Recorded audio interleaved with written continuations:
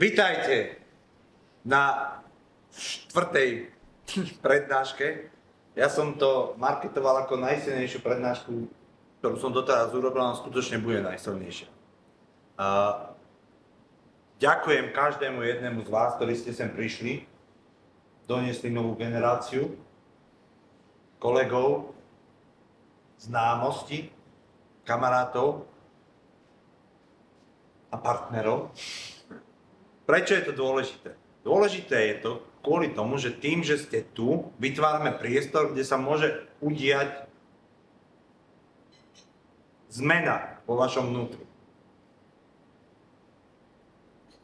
Úprimne povedané, minulú prednášku nás tu bolo 5 a bol to jeden z najsilnejších eventov, ktoré som robil. Teraz nás je tu rádovo viacej a teším sa to, čo vytvorím.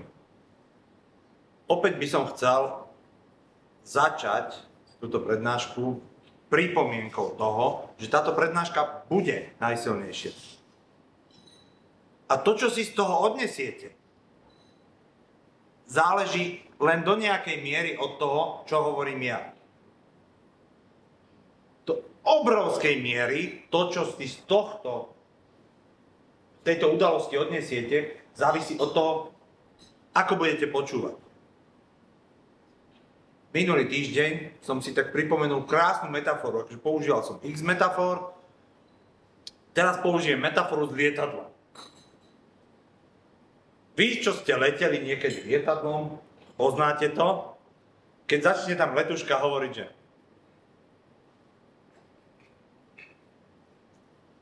vypnete sa. Kebyže vám, akože... Takže rozumiem tomu, akože napríklad ak som pri únikovom východe, tak ja sa rozhodnem, že dokonca aj vtedy budem tú letušku počúvať. Že práve vtedy tú letušku budem počúvať, lebo to má zmysel. Ale drvivá väčšina z nás proste letuška, čo rozpráva, už viem presne, čo mi povie, nemá zmysel. Tak poletíme cez Lama, tak potiahnem za tú onú družku. To je jeden spôsob počúvania, ktorý robíme. Robíme to v rodine, robíme to so svojimi kamarátmi, ktorí sa nám sťažujú už 1 058 krát. Robíme to so svojimi rodičmi, so svojimi deťmi, s kolegami. to je ten Dilino, ktorý rozpráva hovadiny, proste ja ho nemusím počúvať, presne neviem, čo mi povie. V lietadle je ešte jeden modus operandi, jeden spôsob počúvania. Predstavte si, že to lietadlo urobí toto, sedíš pri únikovom východe a zrazu sa ozve. Toto je kapitán a chcem vám povedať pár informácií, ktoré vám môžu zachrániť život. Ako budete počúvať v tom momente, napriek tomu, že vám bude hovoriť? Sú dva únikové východy, to čo vám hovorila letuška. Kúrnik šopa si pozriete, ktorý východ je bližšie, ktorý je ďalej, kde mám tú vestu a či ju tam skutočne mám, či nájdem tú pišťalku, počúvate úplne ináč. Rovnaká situácia, ja som sa rozhodol počúvať ináč. Tuto je dôležité povedať, že áno, teraz sa môžete povedať, že no áno, ale tu sa trasie lietadlo a čo. Nie! Tuto kolega povedal, že on dokonca počúva aj tú letušku, keď sedí pri únikovom východe.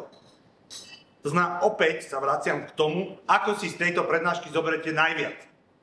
Najviac si zoberete vtedy, keď budete počúvať nie ako letuška, ktorá bude rozprávať veci, ktoré ste už miliónkrát počuli, ale ako kapitán, keď ma budete počúvať ako kapitána, ktorý vám chce zachrániť život, ja vám garantujem, že tam tú vestu nájdete. Dneska som rozprával pár ľuďom o tom, že dneska budeme hovoriť o tom, že ako si urobiť z roku 2024 najlepší rok môjho života. Kolega mi hovorí, to je jak Andy Vinson. V tom momente prestal počúvať. Pretože všetko, čo by som povedal, on bude počúvať cez filter, to je ako Andy Vinson, to je ako NLP. Je veľmi pravdepodobné, že budeme hovoriť niečo podobné ako Andy Vinson, pretože platí jedna základná vec. Všetky veci, ktoré fungujú, všetky, a jedno, či je to náboženstvo, meditácia, veda, vychádzajú v podstate z jedného zdroja. Teraz budem ukrižovať, nevadí. Vychádza to z jedného zdroja. je to trošku iný pohľad na svet, ale vychádza to z jedného zdroja, to znamená čokoľvek, čo poviem, ste zrejme už 5, 10, 30 krát počuli. Počuli ste to 30 krát a ja vám to poviem 31. krát a teraz si z tohto môžete zobrať niečo iné. Pre mňa najväčším objavom je, že z každej prednášky robím také akoby kolečko, kde sa pýtam ľudí, čo si z toho zobrali. Každý si zobral niečo iné. Ak by všetko záležalo od toho, čo hovorím, tak si každý zoberie to isté. Nie. Každý človek hovorí o niečo úplne iné. Takže vrátim sa naspäť k tomu, ako z tohto eventu viete urobiť najlepší event vášho života. No viete ho urobiť tak, že ma budete počúvať ako kapitána, ktorý vám chce zachrániť život. Takže ja dneska budem hovoriť o vašom živote. O vašom živote. Ktorý si môžete urobiť, ako vy chcete. Pretože či chcete, či nechcete, to, kde som teraz, alebo to, kde ste teraz, nie je dané tým, že vo svete je kríza, že rozviedla sa so mnou manželka, že ma kolega ohovára, že šéf na mne sedí. Nie. Všetko, to, kde som, záleží len a len od toho, ako som ja reagoval na to, čo sa okolo mňa deje.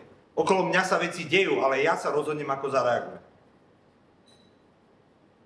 Platí to obzvlášť vo vzťahu.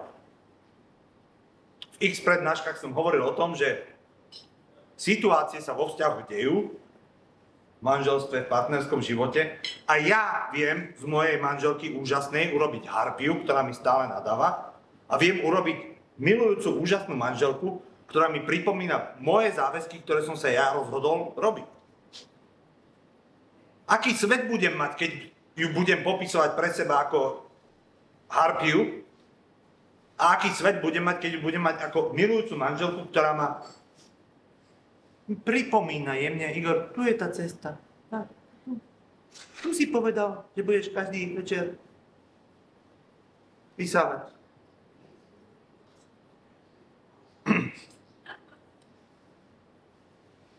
Predtým, než sme začali tento event, ja som vás každého pozval, alebo som sa vás pýtal, že čo chcete tento rok vytvoriť. Dostal som rozličné odpovede, ja ich zapracujem. Prečo sa k tomu vraciam a hovorím to aj pre vás, ktorí počúvate a budete počúvať? Vyberte si jednu vec, ktorú chcete tento rok v svojom živote zmeniť alebo vytvoriť na novo. Môže to byť nové auto, môže to byť nový byt, môže to byť prosperita, môže to byť príjem, môže to byť nový produkt, ktorý začne predávať. Môže to byť vytvorenie ľahkosti, ako prechádzam cez svoj život. Že sa proste odovzdám tomu životu. Pretože aj stres je niečo, čo si robím sám. Vyberte si túto jednu vec a počúvajte všetko, čo budem hovoriť práve cez túto vec, ktorú chcete vytvoriť. Či sú to miesta, ktoré chcem navštíviť, či je to kariéra, ktorú chcem vybudovať alebo udržať, či je to posun v rámci rebríčku hodnôt. Ak mám takúto vášeň, ja si myslím, že každý takúto vášeň máme, môže nastať situácia, hovorím z vlastnej skúsenosti, že ja viem, čo presne chcem, ale už sa to aj bojím povedať, pretože som to už povedal za posledných 10 rokov, každý 1. január hovorím, tak, tento rok schudnem. Alebo tento rok založím firmu. Alebo tento rok začnem zarábať 5 000 eur mesačne. A keď sa to nestane prvý rok, tak si ešte povie, dobre, druhý rok, tretí rok, štvrtý rok, piatý rok si to už poviem iba pre seba. Fero, čo si dal, aký si dal pre seba? Nič, pohoda. 6. rok si to znovu poviem pre seba, už trošku menej energiou. A keď príde 10. rok, tak len tak sedím akože na Silvestra. Keď si dám 2 fľaše sektu, tak sa usmievam. Keď si nedám 2 fľaše sektu, tak hovorím, ty kokos, ďalší rok. Čo je dôvodom, prečo napriek tomu, že je niečo, čo keď na to pomyslím, alebo proste príde mi to na príde mi to do môjho zorného pola, ma to tak napumpuje a potom sa pre istotu ešte predtým ochránim a poviem, že nie. Ja radšej to ani nechcem. Čo je ten dôvod, prečo k tomuto dochádza? Ten dôvod je taký, že ja už viem, ako to celé dopadne. Ja rozhodnem sa, odhodlám sa, že idem robiť kroky a idem makať a posúvam sa a potom sa niečo stane vo svete, ja neviem, šéf na mňa nakričí, nabúram auto, musím zaplatiť poistku a nemám na nakúpenie veci do skladu môjho e-shopu. A ja si poviem, že to už nemá zmysel. Ale prečo poviem, že to nemá zmysel? Z jednoduchého dôvodu.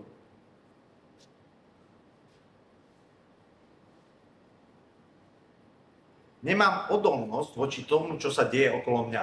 Ja to, čo sa deje okolo mňa, berem ako... A teraz poviem dôležitú vec. To, čo sa deje okolo mňa a moja interpretácia toho, čo sa deje okolo mňa, beriem ako slovo Božie a viem, že to, že som nabúral auto, znamená, že teraz nebudem mesiac robiť nič iné, len budem žrať rožky. Ale kto sa rozhodol, kto popísal tú situáciu, takže že som nabúral auto, bude znamenať, že budem žrať rožky. Ja!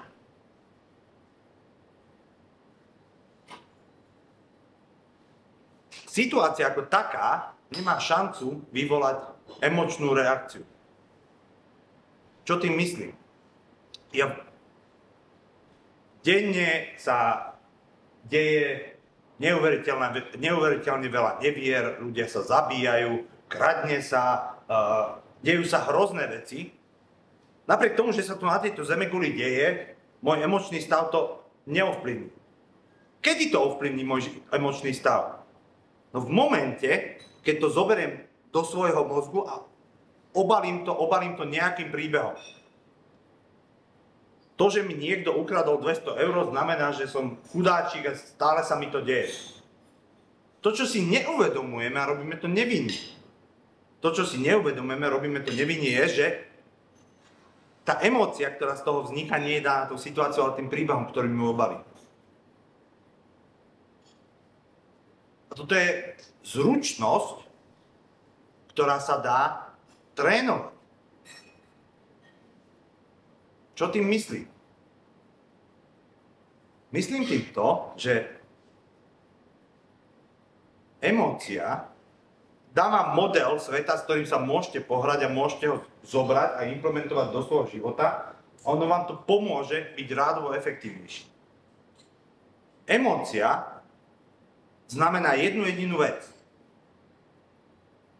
Ako kvalitný príbeh som si ja vytvoril o tom, čo sa deje okolo mňa. Ako kvalitný príbeh, alebo nekvalitný, alebo bolestivý príbeh som si vytvoril.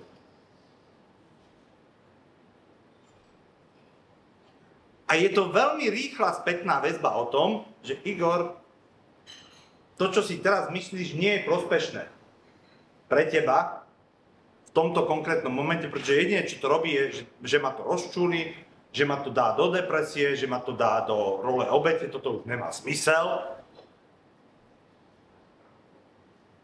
Ak som schopný emóciu interpretovať týmto spôsobom, to znamená, že mi to hovorí len kvalitu toho príbehu, ktorý mám v hlave, mi to dáva automaticky slobodu ten príbeh zmeniť.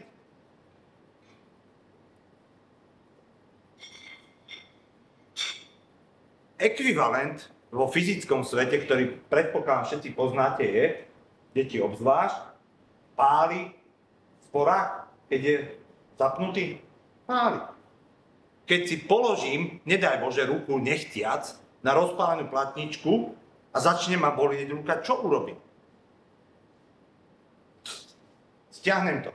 Pretože viem, že tá bolesť nemá nič spoločné s proste s tým, aký som, kto som. A má to všetko s tým, že proste ako dáva mi to len signál, že daj preč ruku.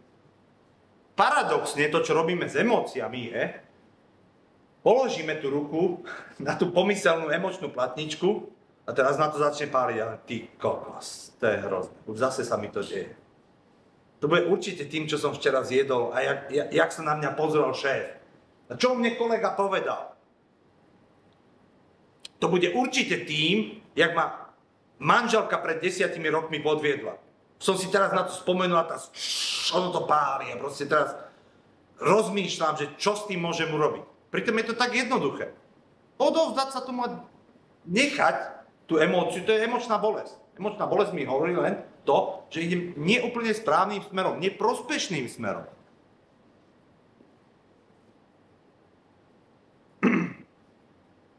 Teraz. Áno, toto už všetko poznáme, však samozrejme. Ale sú oblasti vášho života, ktoré chcete zmeniť, alebo ktoré chcete vytvoriť, kde toto neúplne vidíte. Pretože kebyže to vidíte, tak to veľmi jednoducho zmeníte.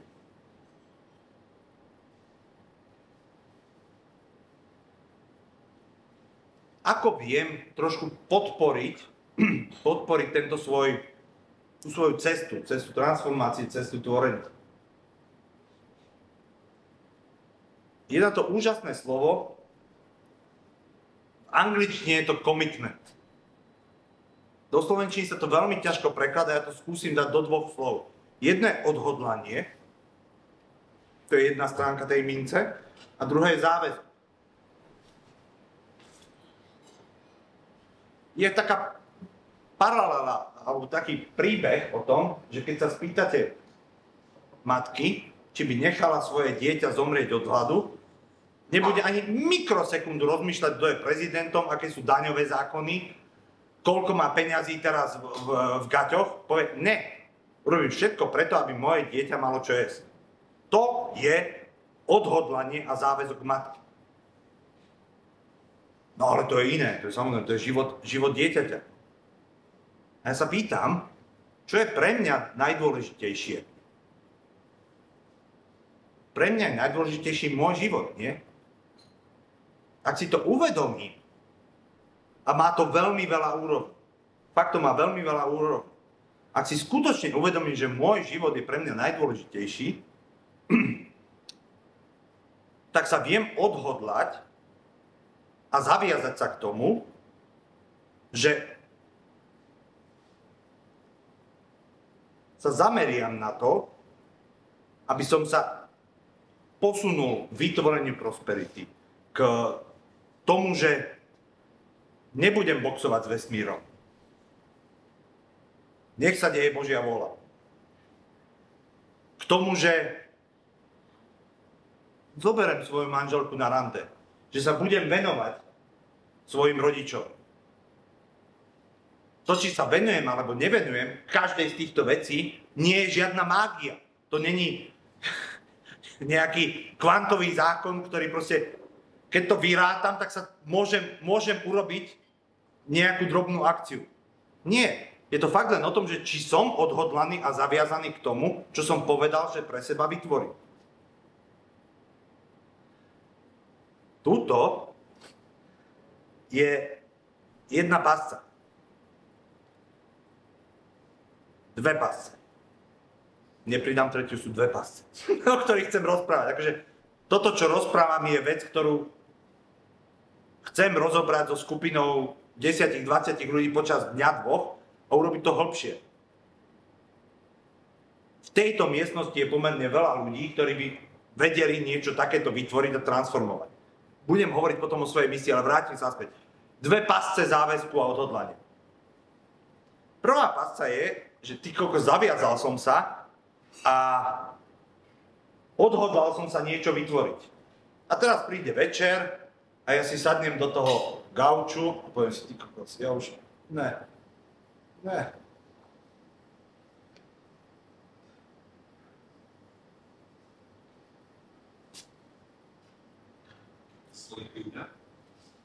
Nie, ja som bol u mňa v obývačke. Kolega sa spýtal, či som bol niekedy u neho. Nie. Čo sa udialo?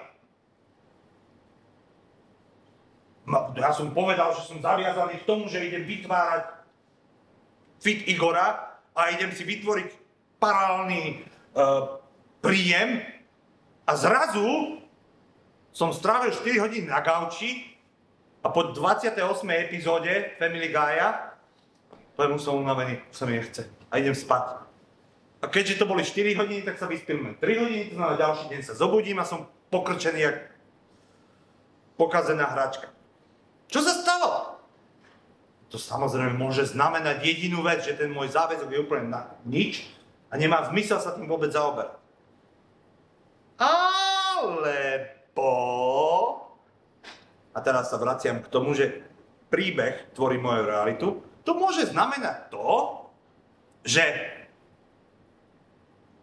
mám záväzok a odhodlanie vytvoriť paralelný income stream, to znamená príjem, ale paralelne s tým mám schovaný, taký ten pod kobercom, záväzok,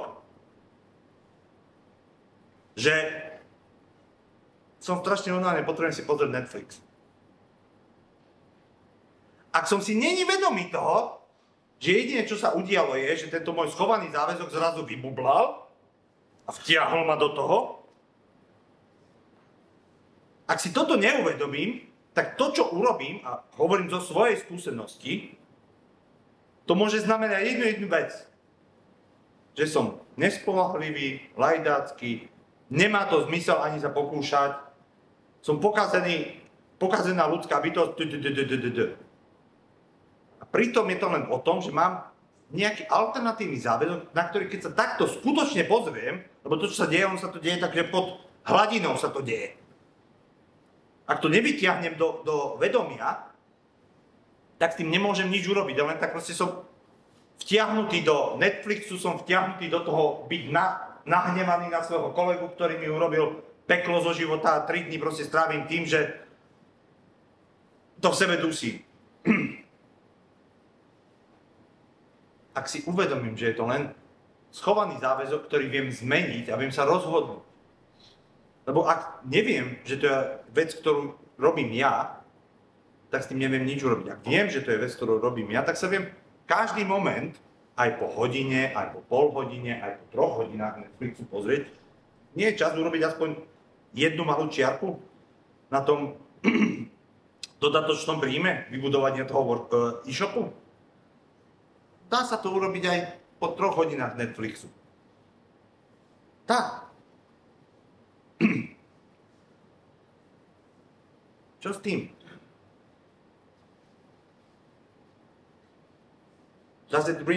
Dáva vám to zmysel? Rezonuje to s vami?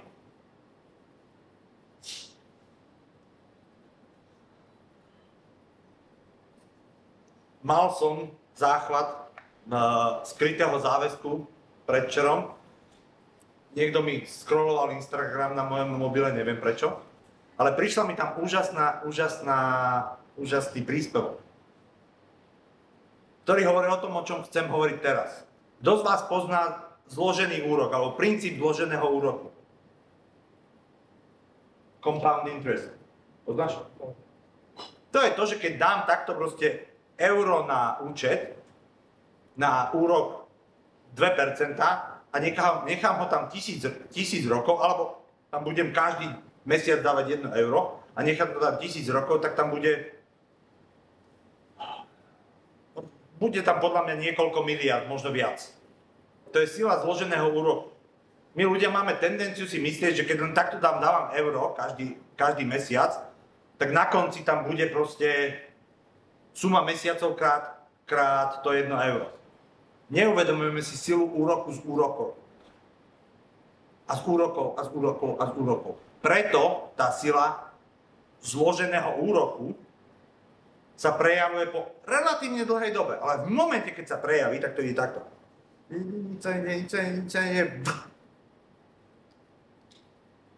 Začne to ísť raketovo hore. No dobre, teraz nám rozprávaš o zloženom úroku a my chceme ale vytvoriť nový vzťah s vesmírom, so svojím kolegom, alebo ja chcem vytvoriť nový produkt, ktorý začnem predávať. kde tu má zmysel vložený úrok, takže si mám uložiť eurá a čakať na to, kým tam budem 10 miliard a potom si to za 1000 rokov kúpim? Ne. Ne. To, o čom hovorím, je rádovo jednoduchšie. Tak, ako funguje zložený úrok vo svete financií,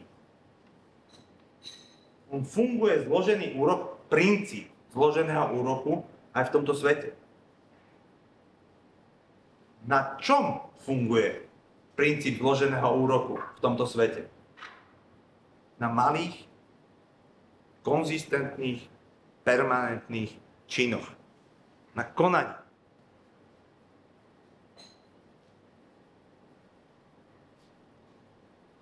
Ak mám nejakú vášeň, ktorú chcem dosiahnuť, je úplne logické konať tým smerom. To, čo mám tendenciu robiť ja, myslím si, že sa v tom nájdete aj niektorí z vás, je, že v momente, keď sa rozhodnem, že chcem mať tento cieľ a chcem mať zajtra, to je dôležité. Je dobré dávať podmienky vesmíru. To je také príslove, že keď chceš rozosmiať Boha, povedz mu svoje plány. Mám tento cieľ, chcem mať zajtra.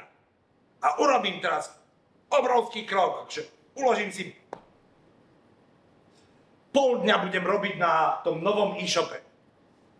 Urobím tak akorát 2 fotky mojich prvých 2 produktov a teraz pozriem sa na ten cieľ a stále je relatívne ďaleko. Ak zapojím do toho vôľu a pretlačím to, stále to chcem zajtra, nastane to isté.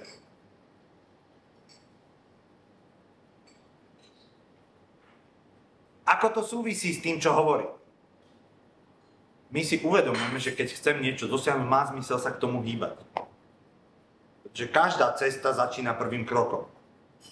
To, čo zase robíme úplne nevinne, minulú prednášku After Credit som o tom hovoril, je, že ja sa teda hýbem k tomu svojmu cieľu, kde si poviem, že toto je môj cieľ, pomyselná čiara na mojej trase, ku ktorej sa chcem dostať. A v momente, keď to nedosiahnem, alebo nedaj Bože, vytvorím ten e-shop a teraz zrazu niečo sa stane, niekto mi ukradne, prístupy alebo čokoľvek, pokazí sa to. Ja mám tendenciu urobiť to, tak to nemá zmysel. To znamená, ja urobím pár krokov a buď to sa mi niečo podarí a potom sa mi niečo nepodarí. To znamená, niečo sa pokazí a si poviem, no tak teraz akože týždeň som niečo robil a sa to celé pokazilo, no nemá to zmysel, kašlem na to. Alebo robím a ten cieľ sa proste nehýbe. Respektíve nepribližuje sa ku mne. Ja poviem, že to nemá zmysel. A tu sa dostávam presne k tomu, čo som hovoril. Ak chcem niečo vytvoriť, je dôležité brať to ako cestu, nie ako cieľ. Ak chcem vytvoriť v svojom živote viac peňazí a dám si podmienku, že budem mať viac peňazí v živote, len v momente, keď na účte budem mať milión eur, veľmi pravdepodobne nastane taká vec, že ja zatnem zuby, predám obličky, svojich detí, manželky a čo ja viem čo, dostanem ten milión na účet a teraz príde prvá platba a už tam iba 990 000. Opäť počúvajte za tie slová, ktoré hovorím a skúste to namapovať na tú situáciu. Zrazu je tam len 990 000 a poviem, ty kokos, to už sa teraz znovu musím makať.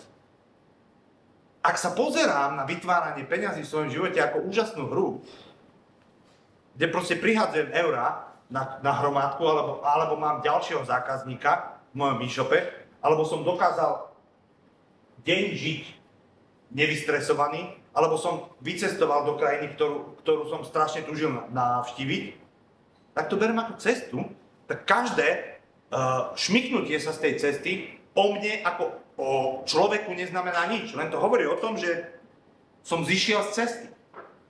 Ak to beriem ako buď to dosiahnem ten cieľ a som cool, alebo nedosiahnem a som pokazená ľudská bytosť, tak v momente, keď nedosiahnem ten cieľ, máme tendenciu my ako ľudia proste takto si búchať po hlave tých kokos už zase.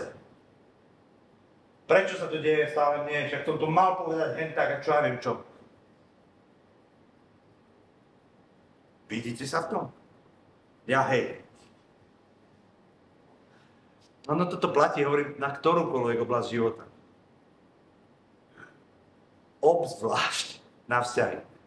Paradoxne, vzťahy sú to, čo je základom každého života. Veci sa dejú v živote ľudí. Ak ja som šťastný len v tom momente, keď mám vedľa seba úžasnú manželku alebo úžasného chlapa,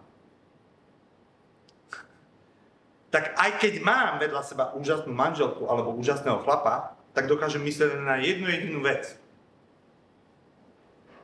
Čo ak ho stratím alebo ak ju stratím, v tom momente prestanem byť šťastný. Som väzňom tejto mojej predstavy. Ona platí úplne iná poučka. Ak ja som šťastný, ľudia sa okolo mňa začnú množiť.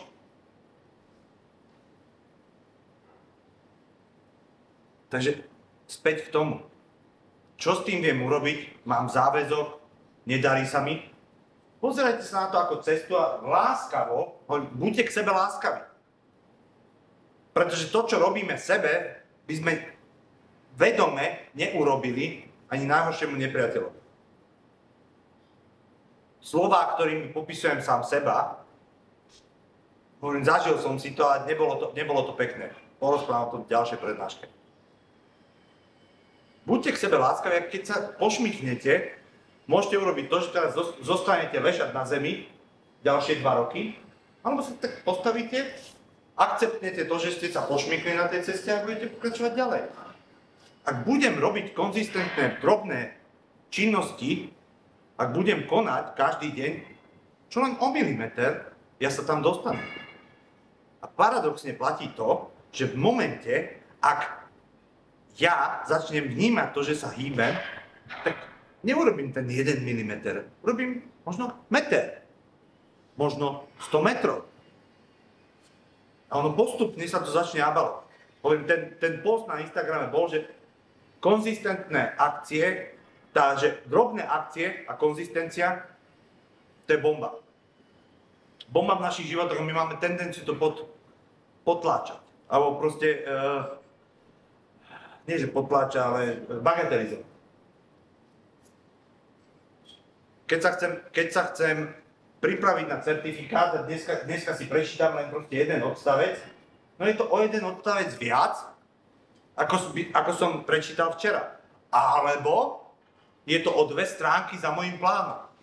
Čo si vyberiem ako interpretáciu? A ktorá interpretácia mi pomôže na budúci deň, alebo dokonca ešte aj po tom prvom odstavci konať ďalej? Myslím, že to, čo je rádovo viac láskavé k samému sebe. A tuto sa dostávam k tomu sebectvu. No, sebectvo má strašne negatívny popis. A proste, nie že popis, negatívnu rezonanciu. A pritom, ak som láskyplne sebecký k sebe, tak paradoxne ja sa budem cítiť dobre. Ak ja sa budem cítiť dobre, tak mám tendenciu šíriť okolo seba dobrú energiu. A paradoxne, ja sa cítim dobre vtedy, keď som v dobrom prostredí. Kto má tendenciu zdvihnúť papierik na zemi a hodiť ho do koša? Človek, ktorý je naštvaný na to, že všade sú papieriky, alebo človek, ktorý je spokojný sám so sebou a chce prispieť akoukoľvek drobnosťou k tomu, že sa vyčistí mesto okolo neho? Samozrejme, že ten druhý.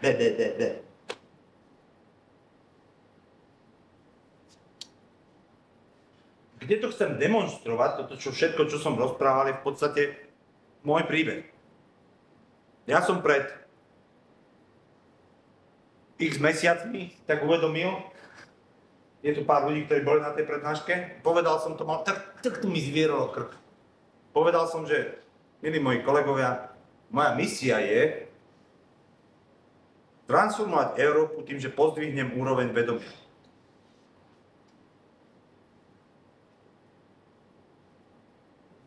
Niekde hlboko som vedel, že to je to, čo chcem dosiahnuť. A teraz takto, prosím vás, každý váš cieľ je pre vás najdôležitejší. To, že môj cieľ vyzerá väčší alebo menší, ako vás nehovorí nič o tom. Váš cieľ je pre vás najdôležitejší. Ja hovorím svoju cestu, znamená, skúste sa pozerať na seba cez svoju optiku. A váš cieľ je vaša transformácia. Pretože paradoxne ja neviem transformovať nikoho iného, len seba. A to, čo som začal robiť, je, že som najprv som začal robiť to, že som začal hovoriť tú svoju misiu. Najprv mi zovieralo akože krk, čo si o mne pomyslia, ty kokos. Ty, chceš transformovať, si sa videl v zrkadle?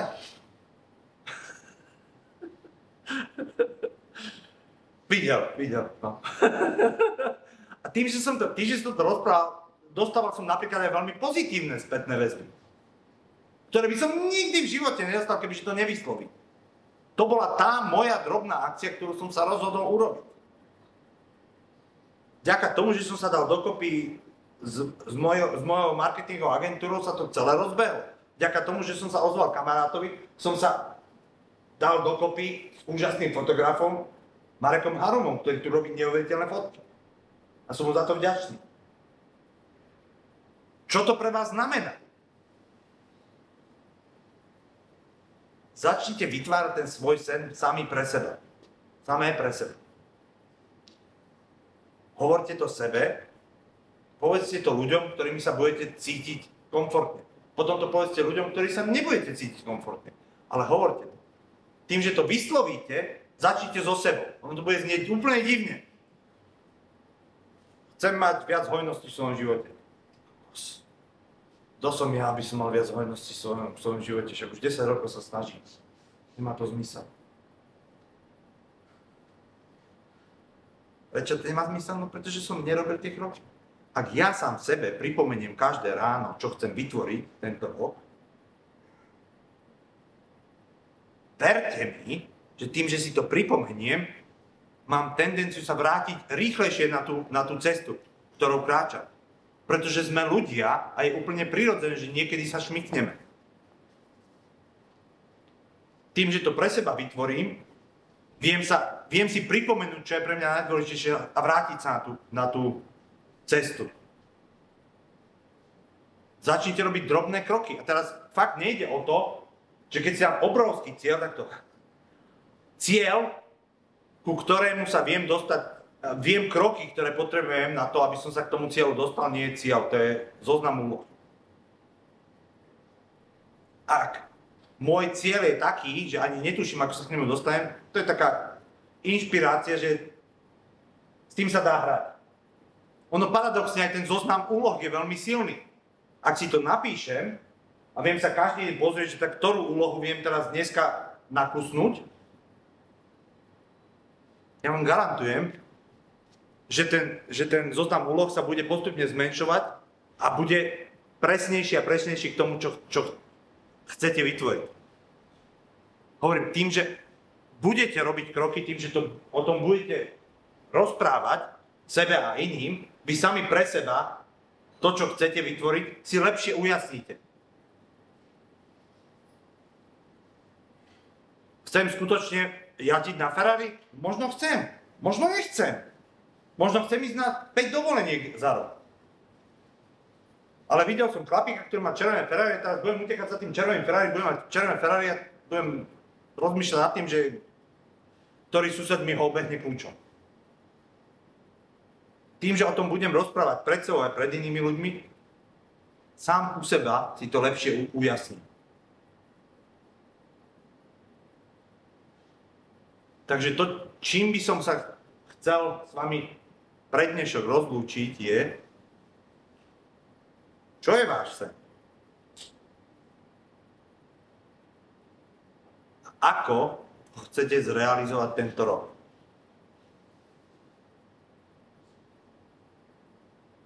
Ďakujem za to.